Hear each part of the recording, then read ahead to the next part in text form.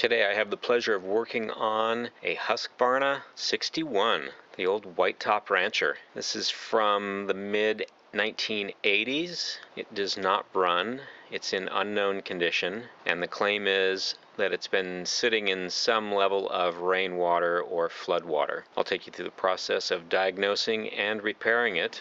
This saw is in outstanding condition, especially considering its age. These can be tough to repair, and tough for the owners to wrap their minds around what it takes to repair them, because they can have leaking crankcase seals and all sorts of other issues other than just the typical been sitting with fuel in it, needs a carburetor or a carburetor rebuild.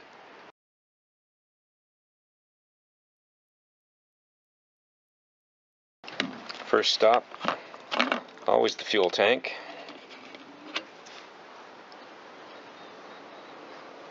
It smells like paint thinner. Fantastic. I'll dump that fuel out of there in a moment, put in some fresh, see what happens. Let's take a look at the air filter next.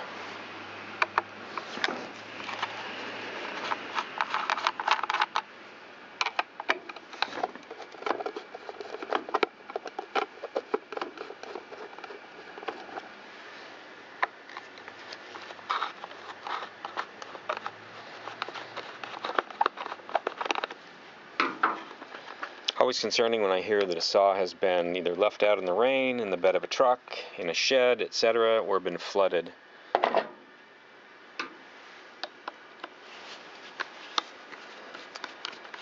It's got this fantastic fine wire mesh air filter on it. Always nice to see these because they're very cleanable. You can see light through it, so while it may look dirty, it's actually fine, at least for testing purposes. Never great to see sawdust down the throat of carburetor, meaning the saw has been pulling through the air filter, and that's one of the problems with the screens. They do allow some debris to get through, especially if you're cutting with a dull chain and it's just making dust instead of chips. Inspection down in the cylinder, you can see the cylinder base gasket is leaking.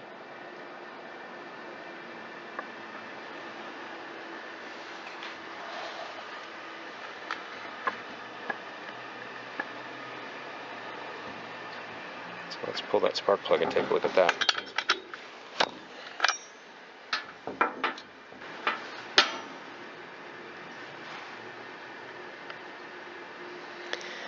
Nice and wet.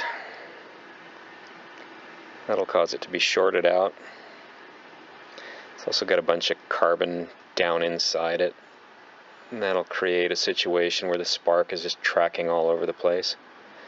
So this will create a saw that when you're pull starting it, it just randomly pops but doesn't ever fire. And that's exactly what the saw does. This big Walbro carburetor gives us access to what is probably the pump section. So let's just, for grins, since we're here, pop this cover off and take a peek inside. That'll tell us a lot about the carburetor.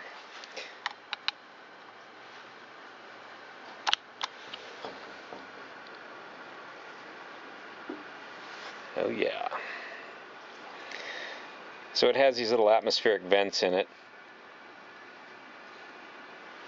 And of course, you can see those allow sawdust to get in. And that sawdust will jam up the function of the pumps.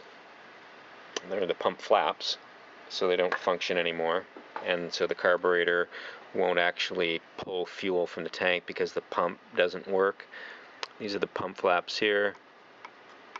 You can see they're very flat, but they're stuck to the aluminum housing, so they don't work.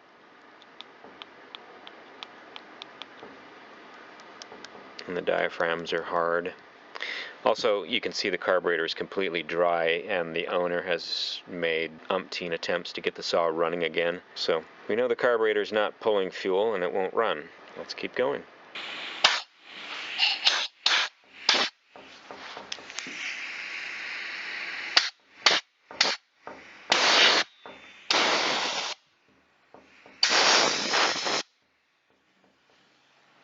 Use your air gun at a distance on these carburetors so that you don't damage anything. Let's lift this up and see if we can get those flaps unstuck. It's like a potato chip. Coming over here, you can see the screen full of debris. I'm going to see if I can clean that screen out from above. I'm going to hold my finger over it so it doesn't go flying off.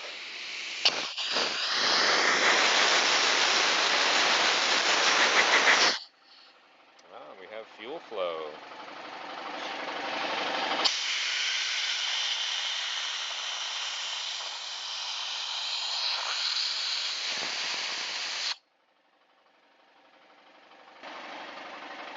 So that cleaned up well. Nice to see fuel flowing into the carburetor. Let's take a look at what that metering diaphragm looks like. Quick compression test before I get ahead of myself and start digging in. 178 pounds. Cylinder looks beautiful all the way down to the exhaust port. Tough to show on camera, but quick check of spark with the orange blinky light indicates excellent spark. However, our friend, the on-off switch, is dead and doesn't kill the spark in the off position. I'm going to take a quick peek at the contacts on this, see if it's a failed switch or if it's just got some sort of corrosion between the ground and the body of the saw.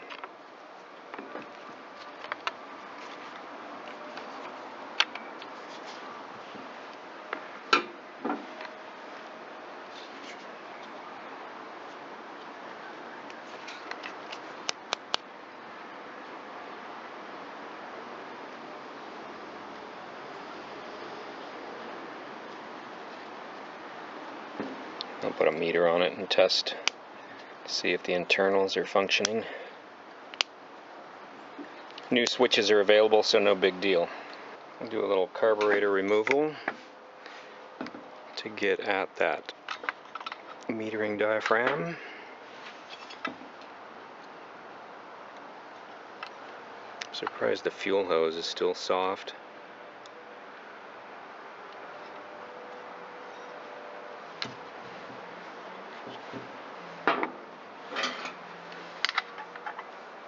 Couple of Allen screws underneath this shroud.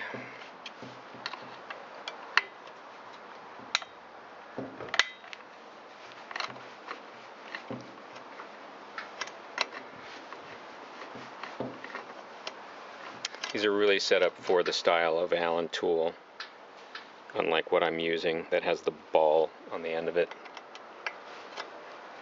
But I can get to them without doing damage to the Allen socket in the end of them.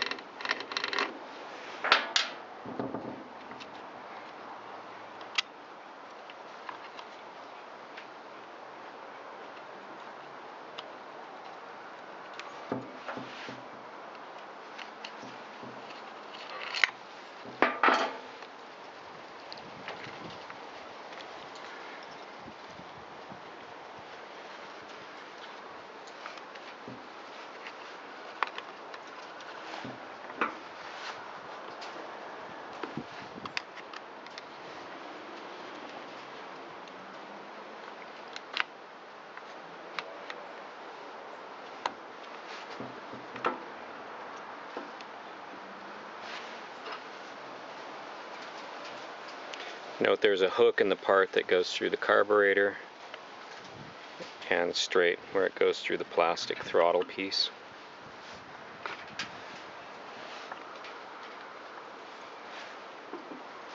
The mixture screws are hanging us up over here in this little boot. There we go.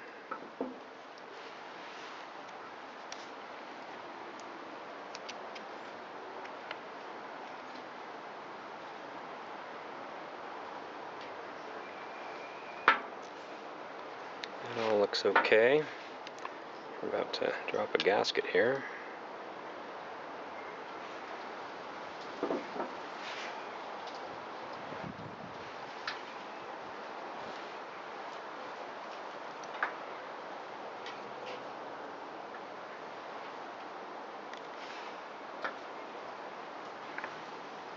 So there's the metering side of the carburetor. Let's take that apart and see how it looks.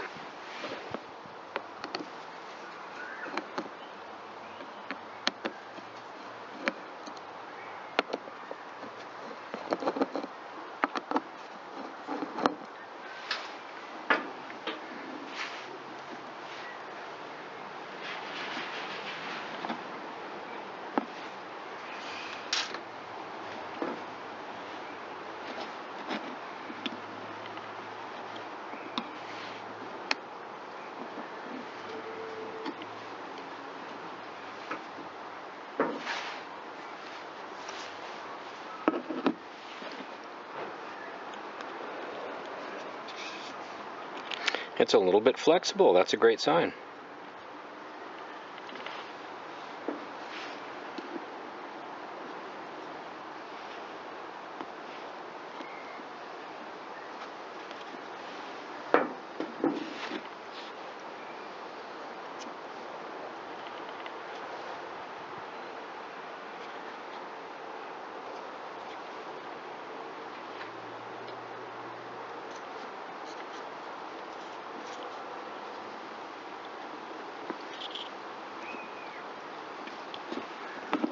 As expected, no fuel inside the carburetor at all. That's alright. Probably better for it.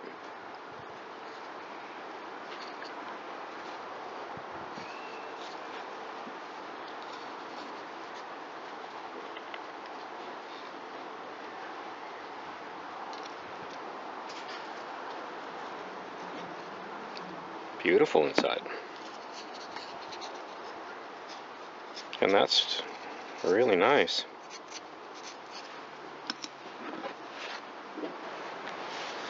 Well, I believe I just lost some footage due to a battery shutdown that I didn't see occurring, but the inside of the carburetor looks fantastic.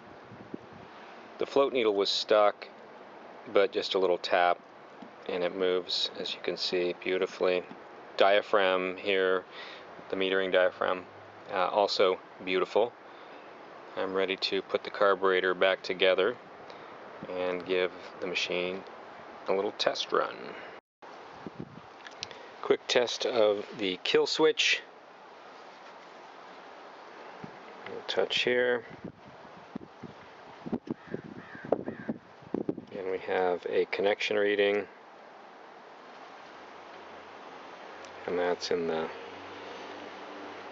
0 position, which is off. So that means the switch does ground the coil connection to the body of the saw.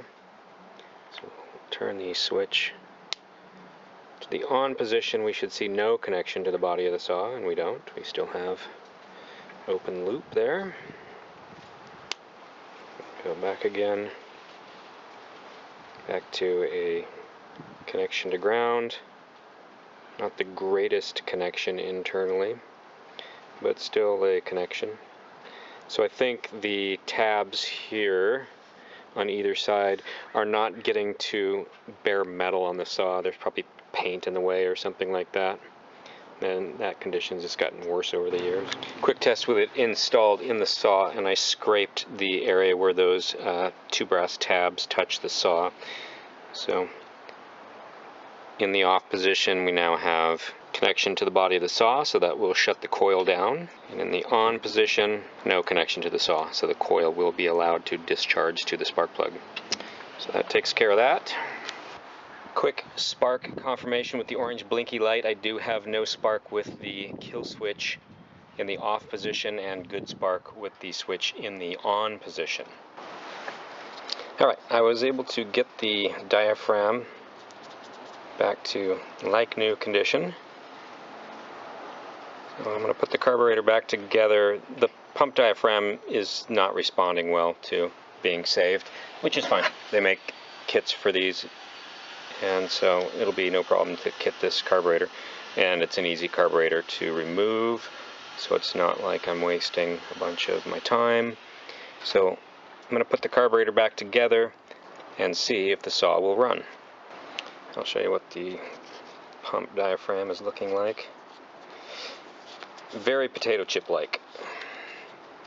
So I don't think the flaps, even though they kind of want to hinge at their base, are going to work correctly. Maybe enough to get it to run for a moment, but it wouldn't be usable.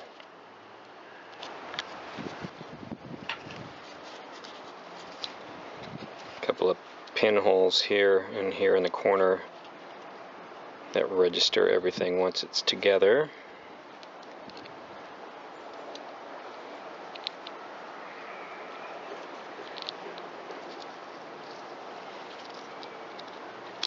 There are also these two tabs right here that overlap each other.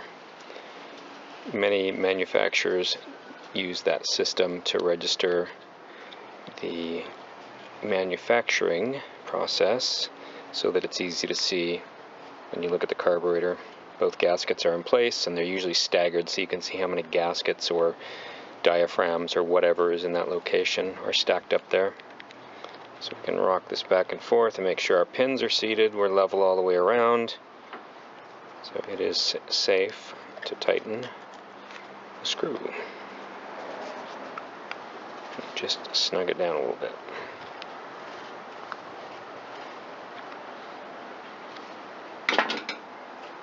Alright, let's put it back on the saw. I think it's going to be easiest to put things together just a little bit, because this needs to slide down in here and the screws need to clear.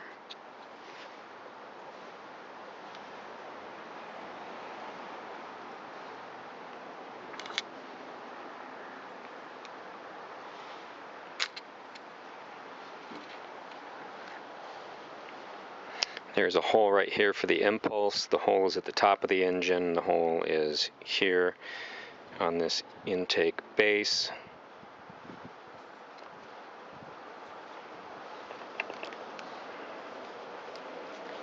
I'm going to thread that through the gasket just a little bit. Help things stay in position. The boot goes over this little boss right there. And now we'll get the screws to come back just a little bit.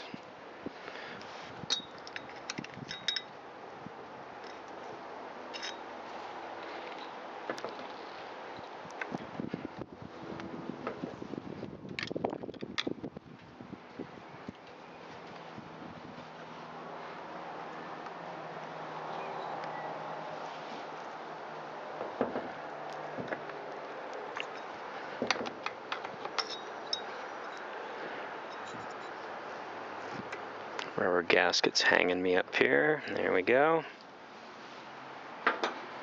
Let's see if these screws will start. That one is started. I'm going to just lightly push on this one because I'm at such a steep angle. And it is threading in. So we'll get it threaded down most of the way. Now do the other one, so the carburetor is going on with equal pressure. I don't want to break either of the two Bakelite blocks at the end of the carburetor between the carb and the cylinder, so I want to apply just even pressure as I go down with the two Allen head mounting screws.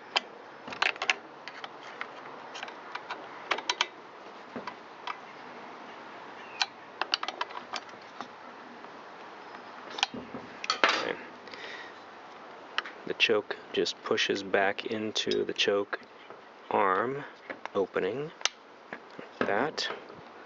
And then we'll get the link rod in here. Hook end through the carburetor first, and then it just presses down into that plastic gripper. Okay.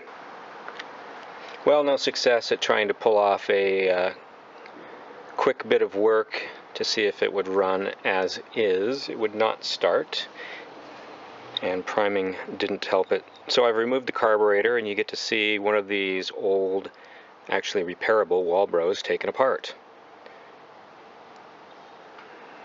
So underneath the metering diaphragm lives this plate. With the plate off, you can see all those channels for fuel supply.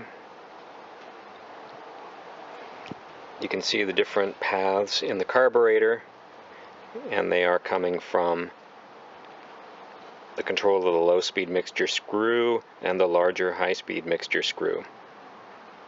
Low-speed control comes in, and you can see the 3 jets and a 4th one. Those all get exposed as the throttle plate is cracked open. So you go from idle to the mid-throttle settings before the throttle plate moves far enough and creates enough vacuum in the carburetor to expose and start pulling fuel from that main jet you see down there at the base. High speed control is in this zone and controls fuel flow through that screen to the main jet, which you can see right there in the center.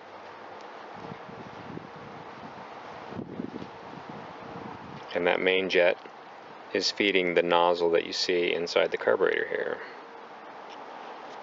Let's see if we can get that to show up on the camera. So I very carefully blew through all the orifices to make sure they were clear, put my thumb over that screen and blew through that, and then drizzled some Kroil into it, and I could watch the Kroil drip out of the jet in there. The nice thing about these carburetors is they are physically large enough inside they can actually be cleaned like a normal carburetor. So they can generally be saved. There are no check valves or anything like that, like on the small carburetors you see in weed whips and blowers and other like small chainsaws and whatnot. I tested fuel flow through the needle that goes down into that opening, and that little crossbar unit that the diaphragm presses on is controlling that needle opening and closing. With that needle open, I could not get fuel to pass through the passage that you might be able to see there.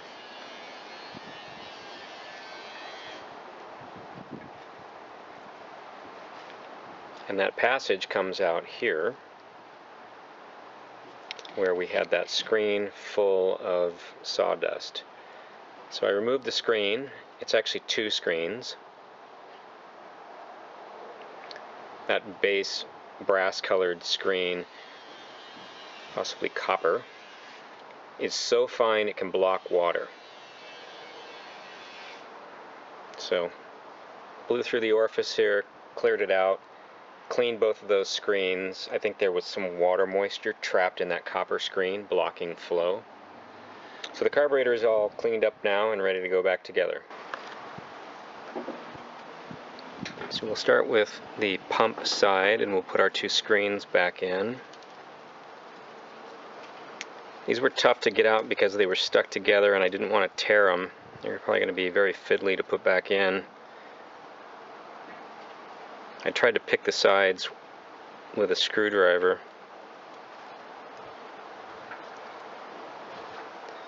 And just kind of grab the edges of them and lift them up because I didn't want to poke holes in them.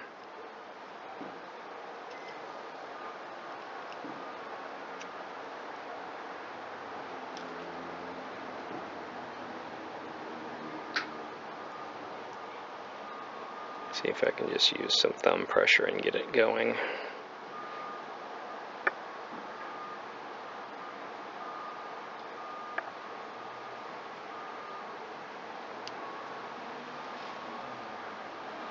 I'll set this one in on top of it because it's a little thicker, and use it to press down. It needs to go in pretty level, otherwise it won't sit well on the ridge that's down inside there.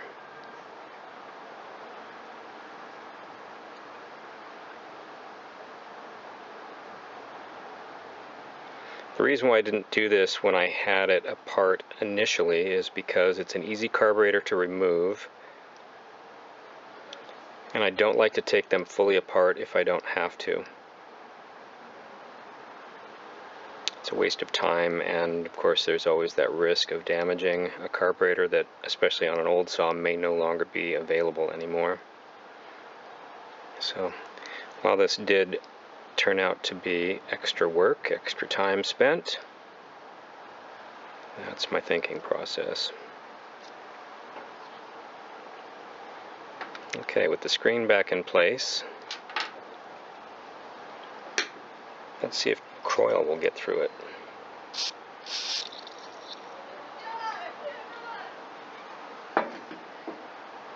Goes right through.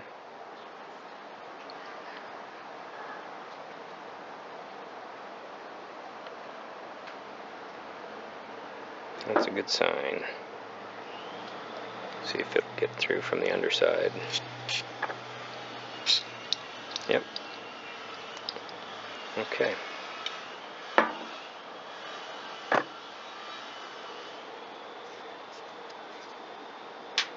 So let's put the pump back on. The pump flaps actually look pretty good, so they may work good enough, as I was saying before, for a test run. Get those 2 pins to register.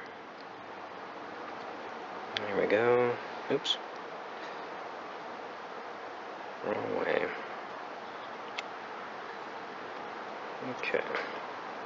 Let's flush all the way around. Get the screw started. I was hoping for this to be a shorter video. I know it's no fun sitting trying to get through a video that's 20-30 minutes long, but some of these projects get a little lengthy. Okay, let's put the base on. Cover up that section of those jets. I did not take this gasket off, even though it's almost ready to come off. Let's see if we can get it off. But I'm not going to fight it. I don't want to tear it.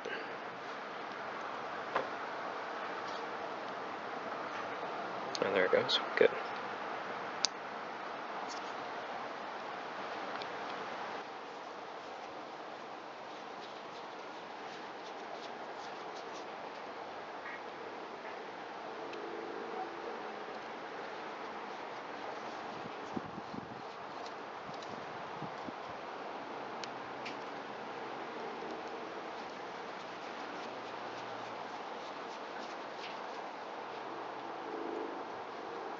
Alright, time to put the needle back in place.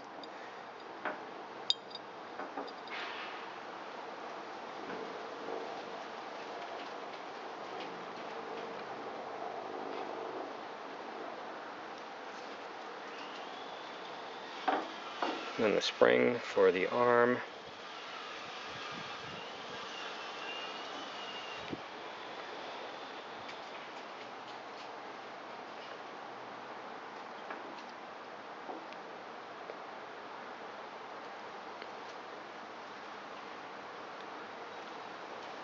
The dimple in the arm that you see by my thumb goes centered on the spring. You can kind of move around to get that pivoting axle to get into the carburetor boss, and then scoop the needle. Press the whole thing down a little bit to hold it.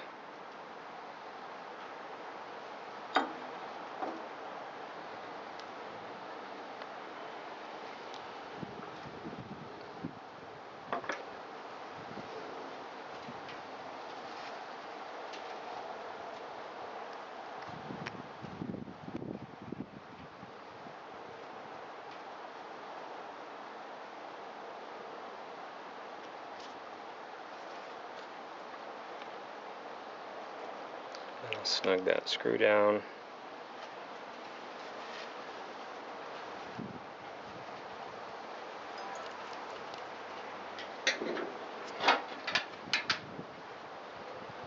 And a final turn of these just a little bit.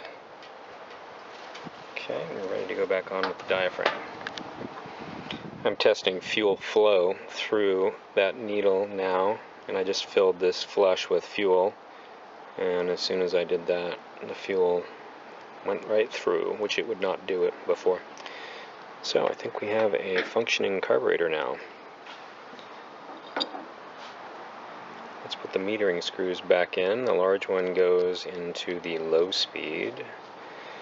If you carefully thread these in until they just bottom out, you can count the number of turns that they were originally set and put them back to that as your baseline. So there's where it just touches. You don't need to force the screw further or you'll damage the end of it and damage the carburetor. So we'll go half, 1, and a half. Same process for the smaller low speed screw. Low speed is always closest to the engine. That's where the idle circuit is located. So we will thread this in all the way. It's almost going to touch. You can feel the spring start to get firmer. So there's touch, half. 1 is where it was at. I want to have a little bit more fuel than that initially for starting. I'm going to go 1 1/4. And then I can dial it in there.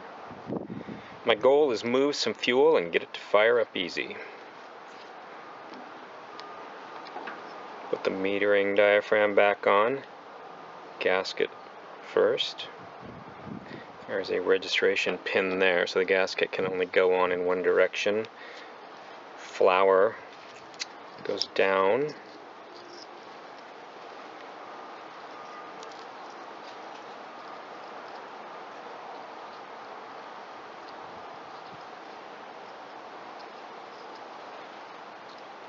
There we go.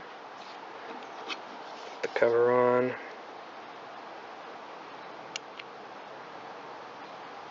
Mount the screws and put it back in the engine. Alright, carburetor is back in place. I made an error when I installed it last time. I did not have this rubber boot slid down over the channel in the body of the saw right there. So that's why it looked like there were 2 blocks. There was just one large block. I'm glad I found my error there. You white top saw owners were probably laughing, saying, "Rookie maneuver." Alright. It's back installed. Let's see if it'll start.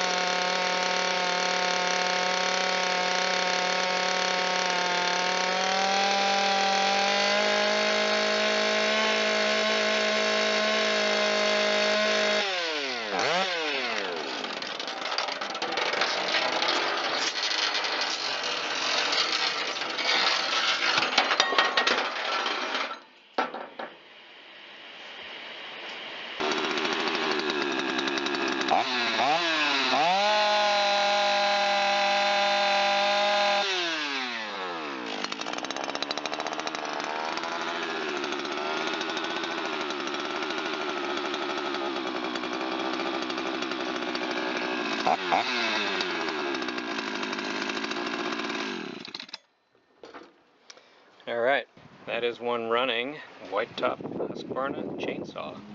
Hopefully you got to see that sprocket dislodge itself and go flying off onto the table and then sit there and spin. That is part of how dangerous working on chainsaws is. I've had those come off before, take the clutch cover with them and the chain, have the bar fly off and have the chain flying in midair vertically like a giant hula hoop. Good times. Alright, I'm going to sharpen the chain, dress the bar, and call this one repaired. Thanks for watching. I hope this helps you out.